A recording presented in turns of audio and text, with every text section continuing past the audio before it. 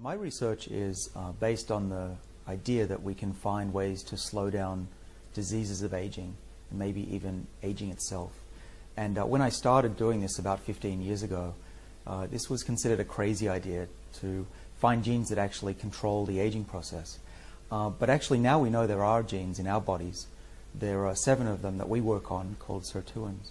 And these genes, we think, control the body's natural defenses against diseases and aging itself. And so the overall theme of my lab's research over at Harvard Medical School is to find ways to tap into our body's natural defenses and turn on these genes that exist in our cells, but they typically don't do a very good job. And so we're trying to make medicines that will turn on these pathways, these very ancient pathways, and boost them in a way that will slow down diseases. And when I say diseases, that includes essentially all of the major diseases of Western society, of the developed world. So there's cancer and heart disease, Alzheimer's, osteoporosis, heart disease. And what we're finding in the lab, by tweaking these sirtuin genes and even some of the drugs that we have in clinical trials, they're able to slow down not just one of these diseases, but actually slow down all of them, and even reverse some of them.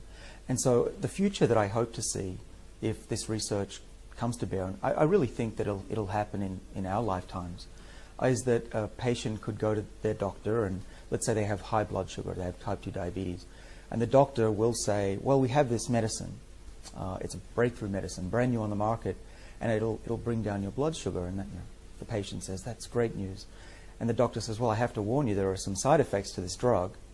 Some of the side effects include you'll be protected against cancer and heart disease and Alzheimer's and osteoporosis, and by the way, your memory will improve.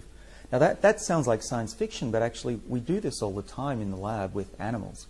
We can make mice smarter, run twice as far, protected from all those diseases, and we haven't found any side effects yet that are negative.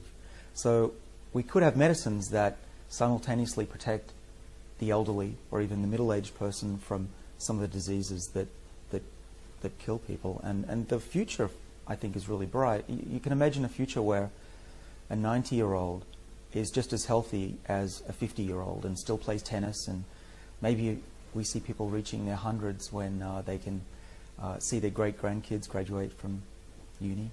So this is the future that I hope to see.